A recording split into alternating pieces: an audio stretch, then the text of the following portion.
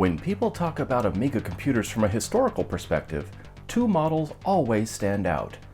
Originally called simply the Amiga, and ultimately the Amiga 1000. The first model to hit store shelves is always at the top of the list. It is considered by many to be the most beautiful Amiga ever made. And with its tidy mechanical keyboard, clever garage, and machine-specific mouse, the Amiga's sleek design and elegant lines are world-class. Plus, being first never hurts either.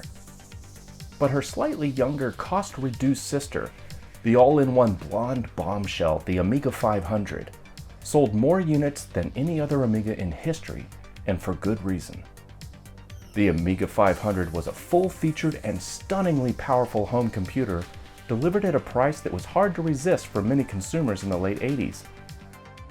Without a monitor, these amazing machines retailed in the United States for only $699.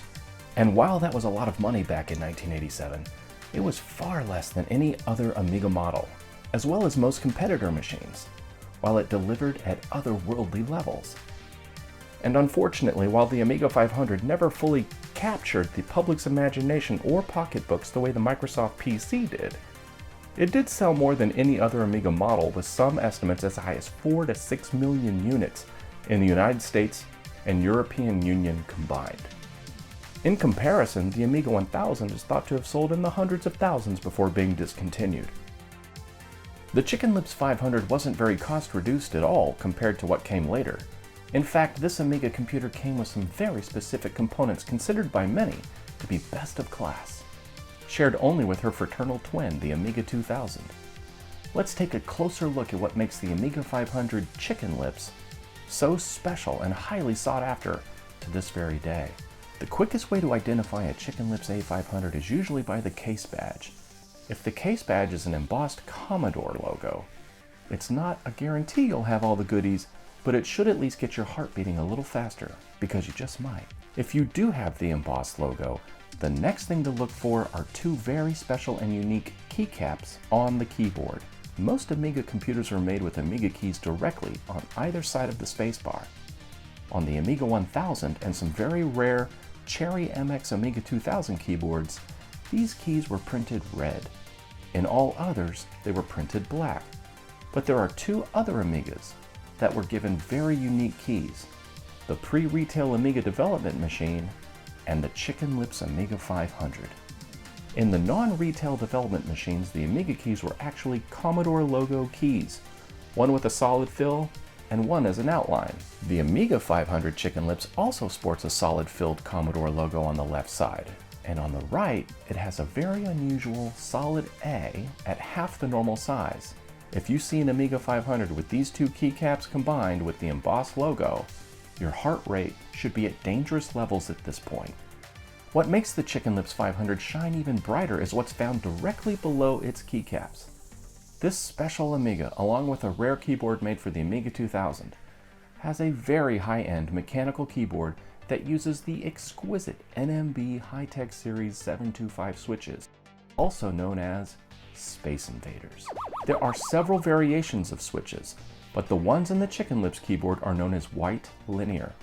This same switch can be found in some very early and quite rare Amiga 2000, Commodore PC5, and PC10 keyboards.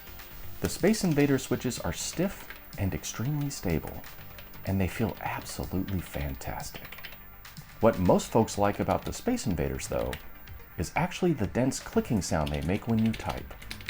While the Cherry MX keyboards are often pointed to when top Commodore keyboards are discussed, there seem to be as many folks who prefer the Space Invaders version.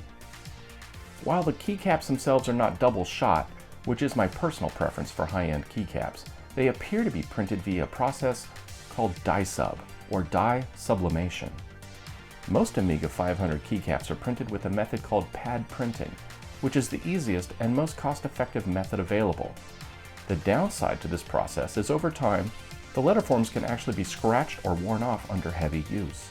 I imagine a few of you watching this have some keyboards where the letters have vanished over time. That's pad printing. With die sub, a laser engraves the legend into the surface of the keycap. Then a dye or clay material is applied to the void. This makes the legends highly visible. The keys are extremely resilient to wear and the legends cannot be felt as the user types.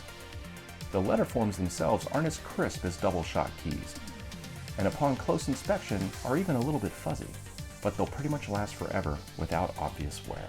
With the Chicken Lips A500, the LED power light is red, and on the caps lock keycap, the clear circular light is larger than later models with a hatched effect on the inside of the keycap.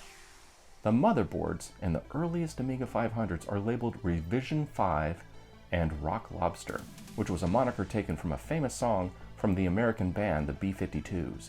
Between my two Chicken Lips machines, both are Revision 5. However, in my earliest Chicken Lips edition, the motherboard is primarily golden in color.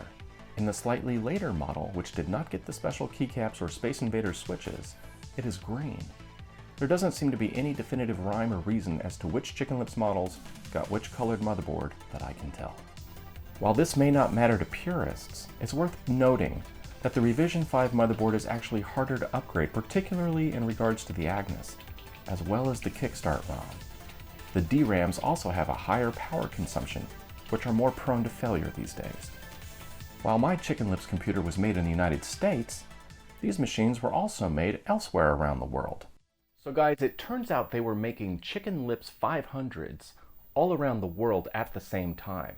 They were making them in the United States, they were making them in Germany, and potentially even Hong Kong. Unfortunately, none of the serial numbers were coordinated between these different regions of manufacture.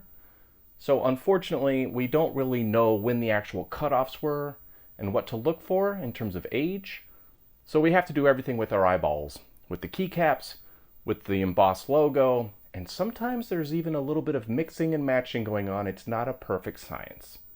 If you have the mechanical keyboard with the Commodore key though, you're in the right ballpark.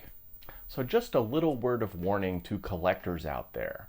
If you're in the market for a Chicken Lips, it is possible to find an embossed Commodore logo on the case and it not be a Chicken Lips complete package. I actually bought a boxed Amiga 500 that had a single owner here in the United States, and when I received it, it had the embossed Chicken Lips logo, but it did not have the mechanical keyboard, and it actually had a little bit later model motherboard as well. Regardless, it's still a fantastic machine. It can still do everything the early 500s could ever do. But if you're a collector, you want to keep an eye out for those keycaps, particularly the Commodore logo and the smaller than usual Amiga A on the right side of the spacebar. That's really your ticket to the promised land. I even have a friend in Australia who has an incredibly unusual variation of the Chicken Lips. It does not have the embossed logo on the case, but it does have the mechanical keyboard. But he doesn't have the Chicken Lips logo. So it starts to make you wonder sometimes if things got swapped. Did a computer go back to Commodore for repair? Sometimes like modern day machines do, and they come back with different parts. Certainly possible. There's no exact science on how all of this works. Ideally, you would get the Chicken Lips embossed logo, the mechanical keyboard, the red LED light, and the Rock Lobster Revision 5. Now, for people that really want a badass Amiga 500 with all of the looks, they'd probably swap out the motherboard for a Revision 6. Regardless, purists are going to probably keep it the way it is. That's the way mine is too. So guys, that's the Amiga Chicken Lips 500. I hope you enjoyed walking through the differences between this model and all the ones that came after it, the millions that came later, and rightfully so. And remember guys, at the end of each day, there's really only one question you need to ask yourself. Isn't every day an Amiga day? Well, you better believe it.